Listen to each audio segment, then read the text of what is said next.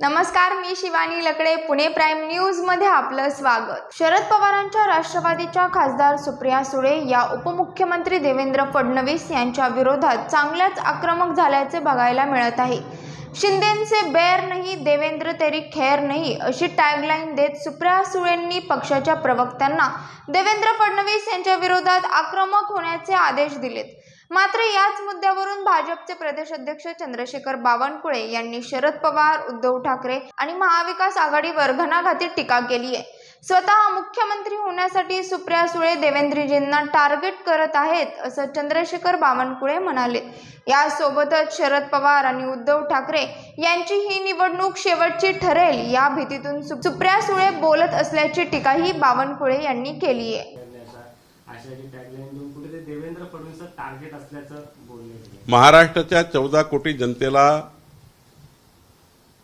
काल जे खरं राजकारण कळलं, पोटातलं आहे ते ओठावर आलं, पोटातलं आहे ते ओठावर आलं. एकाच सरकारमध्ये एकनाथ शिंदेजी आहेत, त्याच सरकारमध्ये देवेंद्रजी आहेत, त्याच सरकारमध्ये अजितदादा आहे. मग महायुती सरकारमधले एकनाथ शिंदेजी चालतात, त्यांच्यासोबत बैर नाही. आणि देवेंद्रजीबद्दल म्हणतात की तेरेसे खैर नाही, देवेंद्रजी तुमचे खैर नाही. याचा अर्थ काय होतो? महाराष्ट्राच्या 14 कोटी जनतेला कळलं आहे. खरं तर एकनाथ शिंदेसारखा अत्यंत प्रामाणिक कार्यकर्ता आहे महाराष्ट्राचा मुख्यमंत्री, पण त्या ठिकाणी अशा पद्धतीने देवेंद्रजींना आणि देवेंद्रजीच्या नेतृत्वातल्या विजनला ज्या पद्धतीने सुप्रियाताई स्वतः मुख्यमंत्री बनण्याकरता त्या ठिकाणी पुढे जाण्याचा प्रयत्न करतात आहे. सुप्रियाताईच्या मनात मुख्यमंत्री व्हायचं आहे आणि मुख्यमंत्री होण्याच्या विचारात त्या उद्या एकनाथ शिंदेजी आपल्याजवळ येतील का? अजून काही आपल्या सर्व लोकांना जमा करता येईल का? जातीवायाच्या राजकारणातनं काही लोकांना जमा करता येईल का?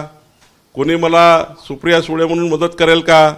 त्यामुळे मुख्यमंत्री बनण्याचं स्वप्न बघण्याकरता सुप्रियाताई अशा गोष्टी करतात. त्यांना माहिती आहे की देवेंद्रजी आणि भाजपा ही महाराष्ट्राच्या 14 कोटी जनतेपर्यंत पोहोचली आहे. 14 कोटी जनतेच्या मनात देवेंद्रजी आहे, ते लोकनेते आहे. कोण मुख्यमंत्री हा प्रश्न आमच्यासमोर नाही आहे. एकनाथजीच मुख्यमंत्री आहे, ते महाराष्ट्राला योग्य चालवतात आहे. पण सुप्रिया सुळेच्या बोलण्यावरनं मला असं वाटतं की देवेंद्रजी आणि भाजपा जर आली तर महाराष्ट्रात आपली दाल गळणार नाही. महाराष्ट्रामध्ये जातीवादीचं राजकारण बंद होईल. जे राजकारण जातीवादाचं राजकारण शरद पवार साहेबाच्या लोक करतात ते राजकारण महाराष्ट्रात बंद होईल आणि महाराष्ट्रात एकदा व्हिजनरी व्यक्तीचं नेतृत्व आलं तर पुढच्या काळामध्ये राजकीय दुकानदाऱ्या बंद होईल आणि ही निवडणूक शेवटची ठरेल उद्धव ठाकरेजी करता आणि शरद पवारच्या गटाकरता.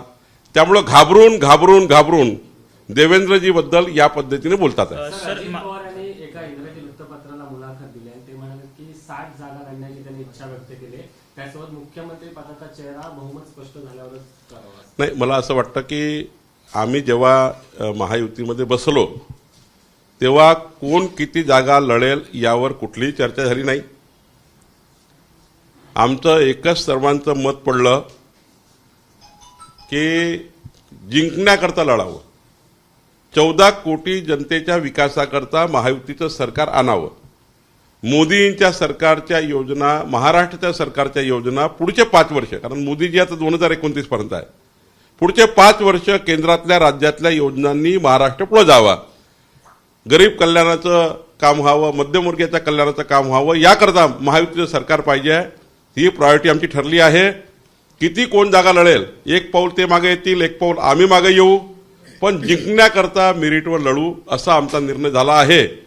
आता पक्ष म्हणून बोलावंच लागतं, मला एवढ्या जागा पाहिजे, तेवढ्या जागा पाहिजे. पण जेव्हा एका प्लॅटफॉर्मवर येऊ तो प्लॅटफॉर्म असेल जिंकण्याचा, महायुती सरकार आणण्याचा, आणि महाराष्ट्रालाही ते अपेक्षित आहे आणि येणाऱ्या पुढच्या काळामध्ये या महाराष्ट्राच्या विकासाकरता हे अपेक्षित आहे असं मला वाटतं. जयस्वालांचं काम करण्यास भाजपच्या कार्यकर्त्यांना नकार दिल्याची माहिती समोर येते, कसं सांगाल? प्रत्येक मतदारसंघामध्ये प्रत्येक पक्षाचे उमेदवार त्या ठिकाणी 5 वर्ष वाट बघत असतात. आता अलायन्स झाल्यावर, युती झाल्यावर 2 पक्षाला थांबावं लागतं, 1 पक्षाला तिकीट मिळतं. शेवटपर्यंत अपेक्षा व्यक्त करतात की ही सीट आपल्याला मिळाली पाहिजे म्हणून काही दावे होतात, प्रतिदावे होतात. ज्या ठिकाणी आम्ही मजबूत आहोत त्या ठिकाणी शिंदेजीचे काही पदाधिकारी दावे करतात, काही एक अजितदादाचे करतात. पण शेवटी मला विश्वास आहे की जेव्हा एकत्रित महायुतीच्या सीट जाहीर होतील तेव्हा आम्ही सर्व लोक आपापल्या कार्यकर्ते घेऊन, आपापले पक्ष घेऊन युतीच्या उमेदवाराला निवडून आणण्याकरता काम करू. सर, महायुती सरकार राज्यामध्ये आहे. लाडकी बहीण योजना जी आहे ती सरकारची संयुक्त योजना आहे, परंतु कुरघोडी पाहायला मिळते. काल मंत्रिमंडळात सुद्धा शिंदे यांच्या शिवसेनेच्या आणि राष्ट्रवादीचे आमदार हे मंत्री जे आहेत ते आमने सामने आले आणि कुठेतरी श्रेय फडणवीसांना मध्यस्थी करावी लागली अशी बातमी समोर आली. मला त्याबद्दलची फार माहिती नाही, मंत्रिमंडळाच्या बैठकीत मी नाही, त्यामुळं मला त्याच्याबद्दलची माहिती नाही. पण एकच आहे, महायुती सरकारने घेतलेला निर्णय सर्वच पक्षांनी महायुतीच्या आपापल्या मतदारसंघातल्या आमच्या बहिणीला या योजनेचा लाभ व्हावा याकरता काम केलं पाहिजे. काही काँग्रेसवाले बोर्ड लावतात आहे. काँग्रेसवाल्यांनी मुख्यमंत्री माझी लाडली बहिणीची योजनेचे फोटो टाकून बोर्ड लावले आपले. इकडे ते शिवाय येतात योजना चुकीची आहे म्हणून. 20च्या वर आमदारांनी महाविकास आघाडीच्या 20च्या वर आमदार जे बोलगेवडे नेते ना महाविकास आघाडीचे त्यांनी आपल्या आपल्या मतदारसंघात बोर्ड लावले आहे. मुख्यमंत्री माझी लाडली बहिणीचा लाभ घ्यावा, आपण लाभार्थी व्हावं. त्यामुळे आता बोर्ड लावत असतात, आपापले कार्यकर्ते असतात, आपापल्या नेत्याचे बोर्ड लावत असतात. त्यामुळे विचलित होण्याची गरज नाही आहे. एखाद्या ठिकाणी काही झालं असेल पण महायुती ही समाजाकरता काम करता आहे.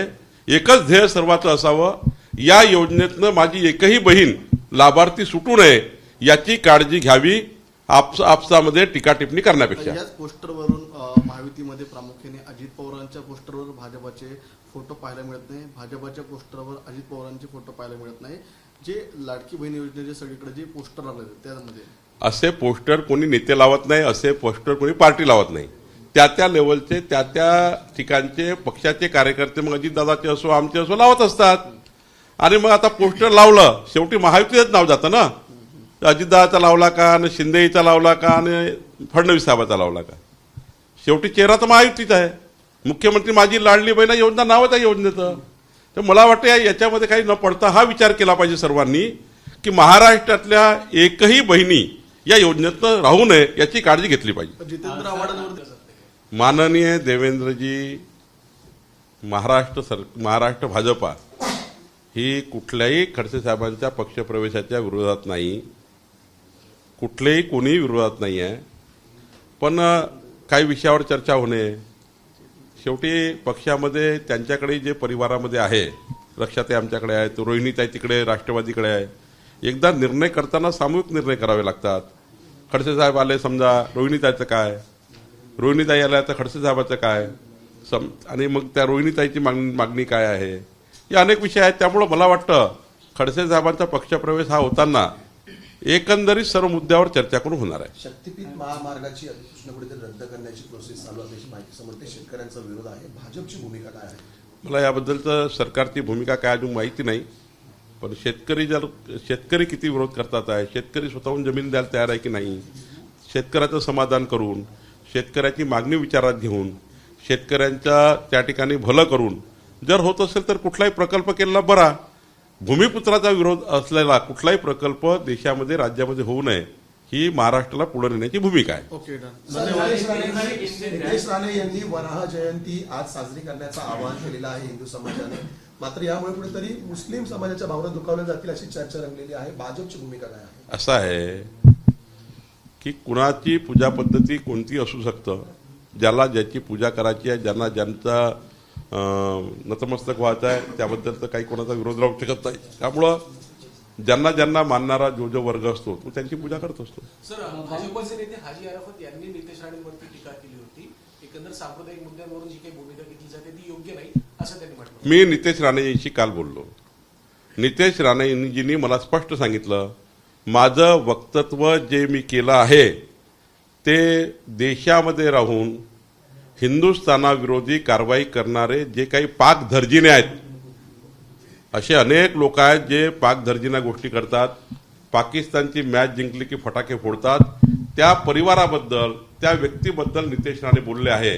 हिंदुस्थानामध्ये राहणारा कुठलाही मुस्लिम व्यक्ती तो आपला बांधव आहे, त्यांच्याबद्दलची नितेश राणेची भूमिका नव्हती. ते काही दिवसात स्पष्ट करणार आहे नितेश राणे. पण बोलताना मात्र धचा म केला आणि त्यामुळं मला वाटतं यामध्ये गैरसमज झाला. महाराष्ट्राच्या कुठल्याही मुस्लिम बांधव जे आहेत, जे देशाकरता, राष्ट्राकरता, महाराष्ट्राच्या विकासाकरता काम करतात, या देशाकरता त्यांनी काम केलं आहे, महाराष्ट्राला पुढे नेण्याकरता काम केलेलं आहे, त्या मुस्लिम परिवाराकरता नितेश राणेचं वक्तव्य नव्हतं असं कालच मला नितेश राणेंनी सांगितलं. अजून पुढची भूमिका नितेश राणे स्वतः स्पष्ट करतील. मध्ये आज लोअर परेलची आग लागलेली होती आणि या ठिकाणी जी पब संस्कृती आहे, नाईट लाईफ आहे, त्याला स्थानिक आमदार आहेत, त्यांचा पाठबळ असल्याचा आरोप मनसे करत आहे. स्थानिक आमदार आदित्य ठाकरे आहेत, ज्यांनी नाईट लाईफसाठी वेगळं धोरण आणण्याचाही प्रयत्न केला होता.